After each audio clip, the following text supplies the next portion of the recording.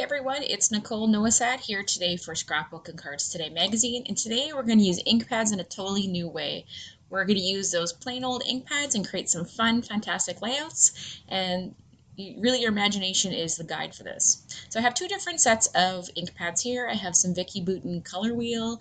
These are the metallics from one of her collections, and I really like the pie chart shape of this, so I thought I'm going to use that all together. You could definitely separate these as well and do the same technique. So what I'm doing is just, as you can see, stamping the whole color wheel upside down to create that kind of pie chart background. The one thing I want to mention here is that you really want to turn something like this to get a different variation of color. You don't want to have just a line of the pie charts. I'm really not planning really well what I'm doing here. I'm just kind of being whimsical, turning that color wheel and just doing my stamping. Now you can see, because it is a really squishy ink pad, that sometimes some of the pie wedges, I guess you could say, are a little more juicy than others. So I'm just sliding out the colors that I want to kind of correct and just stamping over top. And you can see that kind of corrects that little messy area. But I really like the aged kind of look of this too. So I don't want these wedges to be perfect. I kind of like that distressy look to the back. The second thing I'm going to do here is with some distress ink cubes. I have two shades of each color. So I have this really pretty yellow color, a pink, and then a teal. And I'm just lightly rubbing that distress ink over top of some textured white cardstock.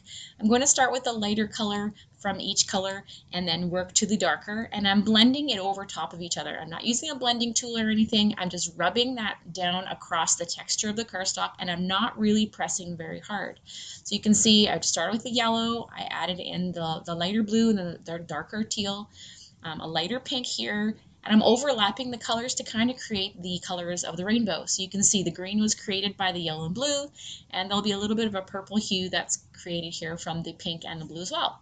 And so there's really not a technique, or well, I guess this is a technique, but there's no real art to it. You just really have to play around. Don't add a lot of pressure is my one tip if you're going to try this technique, but it's super easy and very, very fast to create a fun background. Really colorful. You can just go back over top again with the lighter colors to blend. And I did stamp mine off there, as you can see, just to kind of make sure the colors weren't staying on the ink pad. So now I've set this design to dry, because this is more of a wet, this had more of the wet ink, the pigment ink. So it actually took a long time for this to dry. It's just a different type of ink on the cardstock. So I set this aside to dry for quite a while, and now I'm going back in with a tracing wheel here and just some black ink, and I'm creating faux stitching lines around the pie shapes. And then I really want to keep this page pretty simple, to be honest, because that background is quite busy. So I just have a cut file here from Just Nick Studio, my cut file store, and I've cut it from simple white cardstock, and I'm just going to back it here with some beautiful wildflower and honey papers by Vicki Boutin.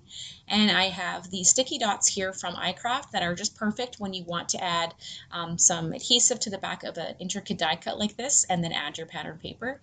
You just simply have to run your die cut on top of that sticky dot and peel it back, and you have all your adhesive now on the back of those tiny little bits. So a really good product if you like filling in intricate die cuts like this one. So I'm adding a little bit of black drops. I just want to bring a little bit of black in to ground everything out. And then I have filled in another die cut shape off camera, and I'm just going to add that into the bottom corner of my page. And again, I really want to keep this fairly simple because that background is pretty dramatic, I guess. So a few little die cut shapes here. I'm going to tear off a journaling tag here and just tuck it in, add some simple layers behind my photo, and that's it. So for the second page, I really love that bright background, and it's perfect here to go with the Hey Crafty Girl collection from Simple Stories. So I grabbed a photo of my favorite cropping friends from Crop and Create with SCT magazine, and I'm just going to use it black and white because that background, again, is pretty bright and bold. I don't want to do a whole lot to this page because I have created that fun background. So I have some chipboard letters here. I'm just going to pop up, even though they're chipboard. I just really like that dimensional touch. It allows me to kind of tuck things around too and add some layers underneath.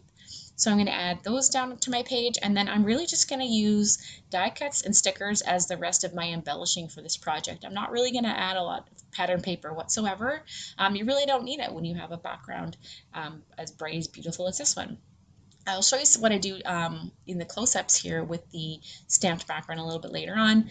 It was kind of a bit of an afterthought at the time, but definitely, if you want to try something like that, do it at this stage before you start adding a bunch of things, unless you're kind of really good at sewing and you do it on a lot of projects.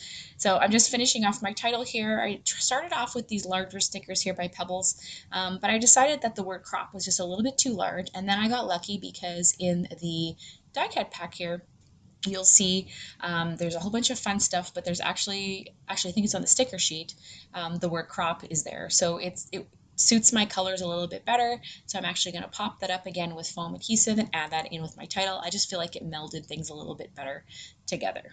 So a few more embellishments here, just some stickers that I'm going to pop with some foam adhesive underneath just to give it a little bit more dimension.